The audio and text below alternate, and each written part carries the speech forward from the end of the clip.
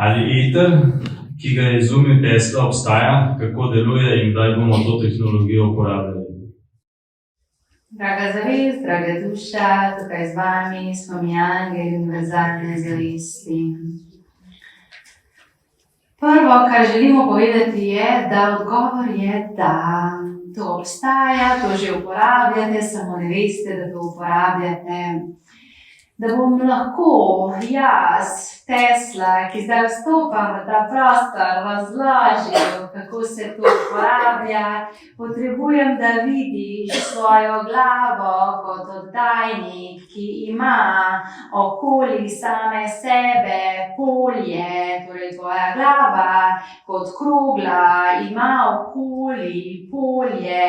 Doživi zdaj svojo glavo v tem trenutku kot fizično kroglo, ki ima okoli sebe polje, in tvoji možgani ustvarjajo elektriko z vsakim prenosom misli, in z vsakim prenosom misli se zgodi elektrika, ki prenese preko živčnih končičev vibracijo, ki se razširi izven možganov, izven možganske skorje, ven v ta prostor okoli tvoje glave. In torej, kar je pomembno, da veš, je, da elektrika je v resnici vibracija, ki ustvarja iskro v polju drugačnega naboja. In eter deluje pravzaprav v tem, da naboj zneutralizira in posledično ga ali izgubi ali vrne nazaj v izvor. Bom to še enkrat razložil. Torej, če imaš puščico, ki gre od točke A do točke B, ta puščica se ne ustavi na točki B, ker energija se nikoli ne ustavi na mestu. Energija vedno nekam potuje in se razširi. Razširila se bo pa vedno v večji prostor, kar pomeni, da če ti prižgeš luč v majhni sobi in odpreš vrata, bo ta luč zasvetila tudi na hodnik, in če odpreš vrata hodnika v naslednjo sobo, bo ta luč zasvetila tudi tja, vendar bo ta svetloba vedno manjša, ker je prostor vedno večji. Pojdimo nazaj na začetek. Torej, točka A je tista, ki zaktivira informacijo, ki se širi na točko B.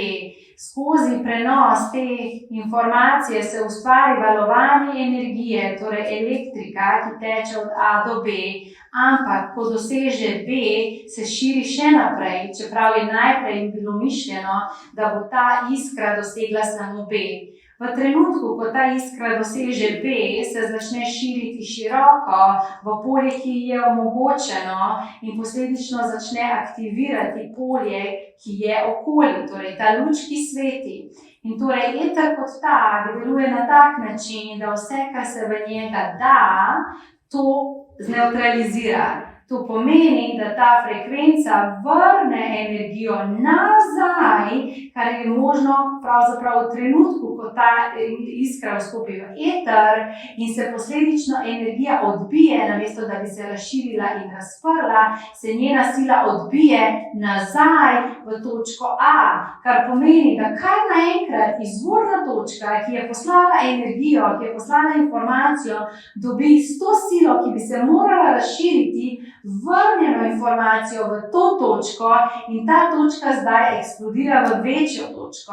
In ta točka A zdaj postane A. In kar naenkrat A razširi močnejšo energijo v B, in ta B, ki je zdaj v etru, vrne nazaj in A postane A. In tako se začne vračati energija v izvorno točko in začne generirati dejansko veliko večjo silo, in ta sila, zaradi tega, ker ima tvoja glava okoli sebe polje, začne to dajati v polje. In v bistvu se vse začne v možganih. Možgani so trenutno najbolj aktiven organ poleg srca, ki imajo sposobnost aktivacije elektromagnetnega polja, ampak za prenos informacij. Srce oddaja samo elektromagnetno polje, medtem ko možgani ustvarjajo prenos informacij in generirajo elektriko. elektriko. In zdaj, če povežeš možgane s srcem, si zmagal. Zakaj? Zaradi tega, ker si vzel elektromagnetno polje srca, ki vse kot oddajnik povečuje, in vzel si elektriko možganov, in ko delaš to v etru, se v bistvu dogaja ekspanzija navznoter. V bistvu je vseeno, ali zdaj razumeš ali ne razumeš, bistveno je, da se zavedaš, da se to že dogaja. Vsak dan, ko ti ponavljaš misel, ti v bistvu eno misel vrtiš v svojih možganih od točke A do točke B, od točke A do točke B. In kaj se dogaja? Če ti stalno misel ponavljaš, ta misel vedno močnejša prihaja nazaj in vedno bolj te aktivira in ta A postaja vedno večji, ta misel postaja vedno večja in kar naenkrat ta misel postaneš ti. In to je pravzaprav manifestacija, materializacija, torej kako se iz informacije ustvarja fizična forma, kako se kreiraš ti. Torej, po domače povedano, če bi ti na dani točki bil mojster misli, torej izbral misel, ki jo misliš, bi ti z izborom misli izbral elektriko, ki se aktivira, bi izbral, kaj se v etru nazaj vrača in povečuje, bi ti izbral svojo realizacijo, torej izbral materializacijo svojega telesa in svoje realnosti. Vse to se že dogaja, ampak to se dogaja na individualni ravni. In da bi se to lahko dogajalo na ravni, katero sem zamislil, se pravzaprav mora zgoditi opolnomočenje posameznika, kar vidim danes iz točke zavedanja, ki je danes mi dana, je to, da ste še vedno preveč v zavezništvu. Ko govorim o zavezništvu, ne govorim o partnerstvu, govorim pa o odvisnosti. Torej, odvisni ste od drugega, odvisni ste od tega, da vam drugi da navodilo, odvisni ste od zunanje avtoritete in posledično vrtite misli, ki niso vaše.